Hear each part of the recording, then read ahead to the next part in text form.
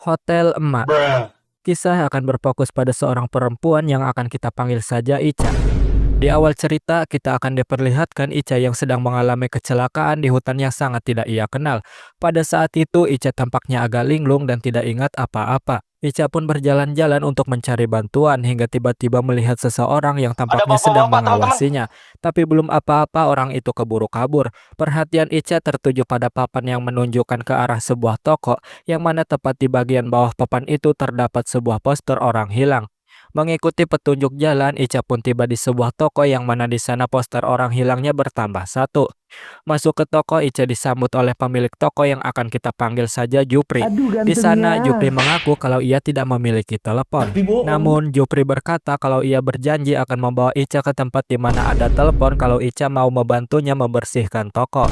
Tak punya pilihan, Ica pun membantu membersihkan toko. Bahkan meskipun banyak sekali hal mencurigakan di sini seperti celana Jupri yang ada sirup marjannya dan keadaan toko yang lebih mirip gudang yang tidak pernah dibersihkan. Selesai dengan kerja Rodi, Jupri pun menepati janjinya dan mengantar Ica ke sebuah hotel yang ada teleponnya. Semoga benar-benar cuma diantar ya.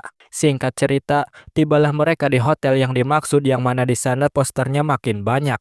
Tak cuma itu, di tong sampah terlihat juga ada tengkorak manusia. Entah ada apa dengan si Ica ini. Setelah melihat ada tengkorak pun ia tetap saja masuk ke dalam hotel. Ketika masuk, ternyata di sana tidak ada siapa-siapa. Namun, ketika Ica mengambil kunci yang tergeletak di atas meja, tiba-tiba saja ada seorang nenek-nenek yang ngespon di belakangnya. Panggil saja beliau ini Mbah Siti. Ica pun menjelaskan keadaannya dan juga memberitahukan tujuannya ke sini yaitu untuk meminjam telepon.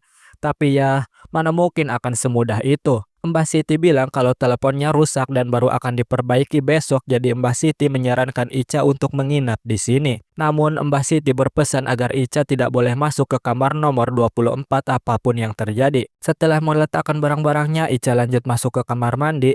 Namun namanya game horor ya, ada aja gangguannya. Tiba-tiba saja pipa macet dan itu membuat Ica kerja Rodi lagi hanya agar dia bisa mandi. Kerja bagus. Mana airnya hijau bener lagi. Ini dicampur marjan hijau atau bagaimana?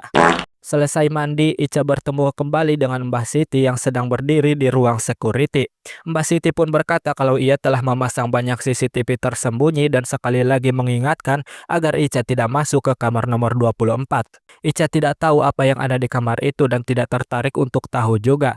Setidaknya sampai tutup ventilasi tiba-tiba terbuka. Masuk ke lubang itu, Ica tiba di sebuah kamar yang mana penghuninya tampak duduk anteng sambil menonton TV. Musuh terlihat. Namun tak lama sesuatu yang aneh mulai terasa, yaitu orang yang duduk itu tidak bergerak atau merespon apa-apa hingga Ica pun mendekat untuk melihat dari depan.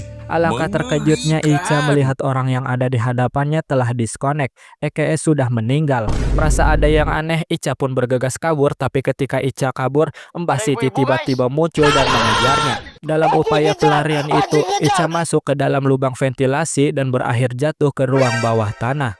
Di atas meja, di antara dua tengkorak manusia, di sana terlihat ada foto Jupri yang mana ternyata Jupri itu tidak lain dan tidak bukan adalah anaknya Mbah Siti. Kebenaran pun terungkap di sini, di mana kegilaan Mbah Siti dimulai ketika suaminya mati. Sejak saat itu, Mbah Siti bertekad tidak akan membiarkan kematian merenggut keluarganya lagi dan mulai mencari cara untuk mendapatkan keabadian. Bla bla bla bla bla, caranya pun didapatkan dan langsung praktek. Tak lama, Ica kemudian membuka pintu dengan sebuah kode dan di balik pintu ternyata ada Jupri yang sudah menunggu. Di sini Jupri berkata jujur kalau ia sebenarnya menyukai Ica dan memberitahu Mbah Siti agar tidak melakukan apa-apa padanya. Namun karena Ica telah melihat semuanya, Jupri tak punya pilihan lain selain menjadikannya santapan. Ica pun tak punya pilihan lain selain melarikan diri lewat ventilasi hingga akhirnya Ica jatuh ke selokan. Di sana terdapat catatan baru yang menjelaskan kalau ritualnya berjalan lancar dan mereka berdua mendapatkan keabadian. Namun ada syaratnya, yaitu mereka harus meminum darah perempuan yang sedang ketakutan. Dan ada juga efek samping yang membuat mata mereka hitam dengan titik putih di tengah-tengahnya. Setelah itu Ica lanjut melarikan diri dan sempat melihat Jupri yang lewat. Tak lama Ica menemukan pajangan mastaka. Ada 3 mastaka yaitu punyanya Jupri, Mbah Siti dan suaminya Mbah Siti. Setelah berjalan selama beberapa saat, Ica ditemukan oleh Jupri yang mana Jupri langsung memanggil Mbah Siti. Ica dikejar-kejar hingga masuk ke dalam lubang, yang mana setelah itu Ica menemukan catatan lain, yaitu catatan kegembiraan Mbah Siti atas keabadian yang ia dapatkan dari ritual sesatnya itu. Ia bahkan melakukan eksperimen gila, yaitu mencopot mastakannya sendiri yang mungkin mastakannya itu yang dipasang di dinding tadi. Setelah mastakannya dicopot, mastaka baru kemudian tumbuh. Di sini juga diceritakan kenapa mayat yang ada di kamar 24 masih ada sedangkan korban yang lain dijadikan santapan. Itu karena si Jupri ini ternyata adalah orang gila yang birahi pada mayat. Tolol. Setelah itu, Ica lanjut berlari hingga menemukan sebuah mobil di garasi dan kemudian menabrak Mbah Siti beserta Jupri yang menghalangi jalan. Ica akhirnya selamat dan menjauh dari tempat terkutuk itu. Tamat.